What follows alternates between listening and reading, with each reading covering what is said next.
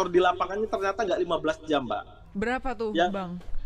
itu 15 jam plus 5 jam dengan kita nggak ada signal, kita hanya bertanya-tanya di sekitarnya. Aduh, Dua luar puluh jam itu berarti Bang biasa. Deki total 20 ya? jam, pas di atas ternyata Bapak baru cerita Pak Iswandi, ini nih jalur satwa. Satwa apa, Pak? Itu bukit di belakang itu, Mbak, yang di Iya. video itu. Heeh. Ya. Jadi di sini nih jalannya Sumatera Tiger. Macan Sumatera. Nah, waktu pertama kali lihat dan akhirnya bisa berhasil nih menemukan Rafflesia hasselti ini, apa sih Mas yang benar-benar bikin momen itu begitu spesial, yang begitu emosional? Jadi kayak gini, Mbak, saya ceritain ya. Untuk berangkat untuk melihat Rafflesia ini sebenarnya seperti gambler, Mbak, judi. Satu, keadaan bunga yang di-share oleh Pak Iwan yang di lapangan itu keadaan belum mekar, Mbak, masih dalam Oke. kenom. Dan itu 1 minggu sebelum Kris nyampe.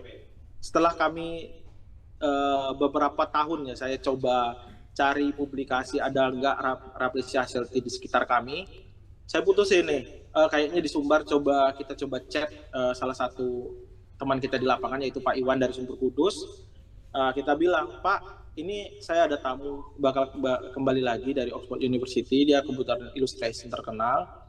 Bisa nggak kita cek ke sana? Ternyata, Mbak, di 1 minggu dia cek itu hujan deras, terus badai. Kami sempat loh di Bengkulu nggak ada dapat BBM, Mbak. Oh. Jadi memang cuaca lagi ekstrim. Si Kris sudah nyampe ini di Bengkulu. Iya. Saya harus berpikir bahwa selama ini proyek yang dari 2020 itu tidak dapat loh Rafflesianya dengan target utama hasselti. Sementara untuk spesies yang ada di Bengkulu sendiri itu ada 5 spesies, Mbak. Yang pertama itu Arnoldi, kedua Gadutensis, terus ada Bengkulensis, selanjutnya hasselti, dan saya menemukan di tahun 2017 spesies terbaru Rafflesia kemumu. Wow. Tapi tetap dengan target pokok kami, Rafflesia hasselti. Nah, saya bilang dengan Kris, dia udah nyampe. Kris, bagaimana kamu mau nggak ikut saya? Ini ada 15 jam perjalanan lewat darat, pakai mobil, saya bilang. 15 jam, luar biasa. 15 jam, itu just the map, Pak. Itu hanya di map. Iya. Dan pada pas faktor di lapangannya ternyata nggak 15 jam, Mbak. Berapa tuh, Ya. Bang? Itu 15 jam plus 5 jam dengan kita nggak ada signal, kita hanya bertanya-tanya di sekitarnya. Aduh, 20 jam itu berarti Bang Deki total 20 ya? jam. Ini ada plus lagi. Kita sampai di lokasi, ternyata kata bapak itu, Pak, jauh nggak trekkingnya?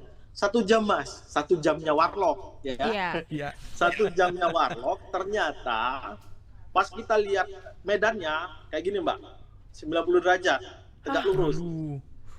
Tegak lurus. Jadi kami berangkat itu orang 3, Pak Iya. Joko Witono dari Print, Kristo Robut, saya. Pas sampai di sana, seperempat jalan Pak Joko minta turun. Dia bilang kayak gini, Dek, kamu lanjutin aja daripada saya ngerepotin. Kamu aja dengan Kris berangkat ke atas. Saya maklum ya, Pak, karena faktor usia. Jadi Iya. saya bilang, Pak, kayaknya saya dampingin dulu lah turun ke bawah. Saya turun dulu ke bawah nih. Terus saya naik lagi, saya bilang dengan Kris, jangan terlalu cepat, nanti saya bisa kejar kamu, saya bilang kayak Iya. gitu. Mbak lihat tuh kan medannya seperti apa kan, jarak Iya. kami lumayan Betul. jauh. Nah, jadi waktu itu saya coba sprint, Mbak, kita agak cepat dikit jalannya. Tapi dalam kayak gini ya, 4 wheel, jadi tangan kaki gerak semua. Wah. Kita naik dengan batuan yang gampang lepas. Jadi pas sampai di atas, Kris sudah nyampe. Aku minta rehat sebentar, Kris turun ke bawah. Jadi ada rentangnya saya dengan Kris. Nah, waktu itulah, Mbak, kita udah gelap, kita harus buru-buruan karena satu, waktu untuk dokumentasi pasti susah kalau malam. Iya. Pas di atas ternyata Bapak baru cerita Pak Iswandi, ini nih jalur satwa. Satwa apa, Pak? Itu bukit di belakang itu, Mbak, yang di Iya. video itu. Heeh. Ya. Jadi di sini nih jalannya Sumatera Tiger. Macan Sumatera. Macan Sumatera. Harimau Sumatera. Oh, harimau Jadi Sumatera. saya agak nervous kan waktu itu. Saya bilang, Pak, agak cepet aja, Pak. Saya tahu nih si satwa predator ini kan nokturnal. Iya. Dia Betul. baru berkeliaran. Iya. Dengan kami yang mata normal aja udah capek, ditambah 20 jam tadi perjalanan, ditambah lagi dengan effort turun naiknya. Pas sampai di bawah, tahu nggak, Mbak?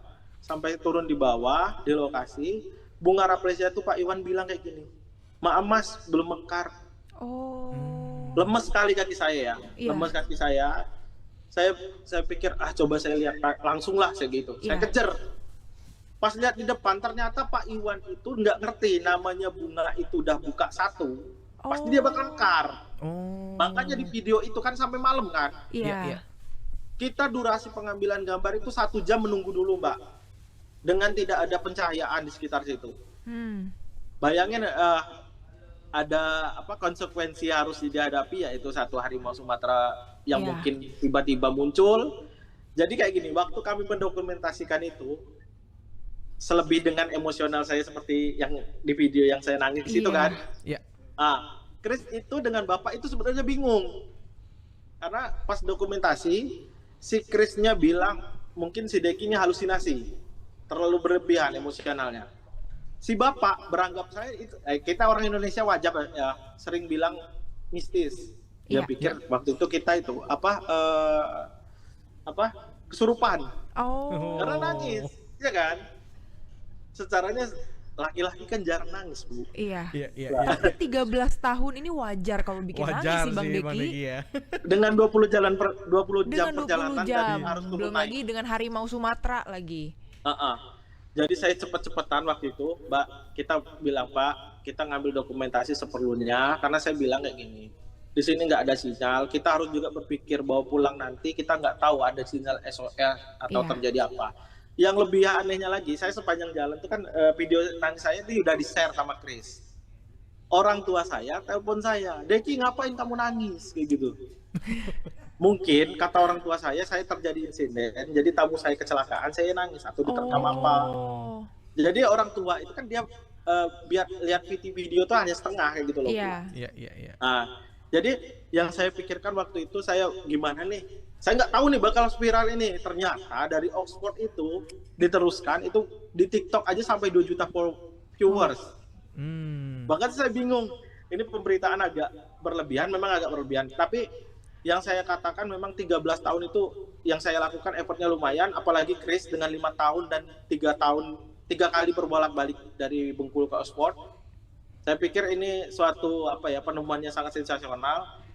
Selebih lagi hasil itu Mbak, kami udah searching Mbak, saya juga main sosial media untuk cari hashtag Rafflesia Healthy Maker itu sangat jarang Mbak.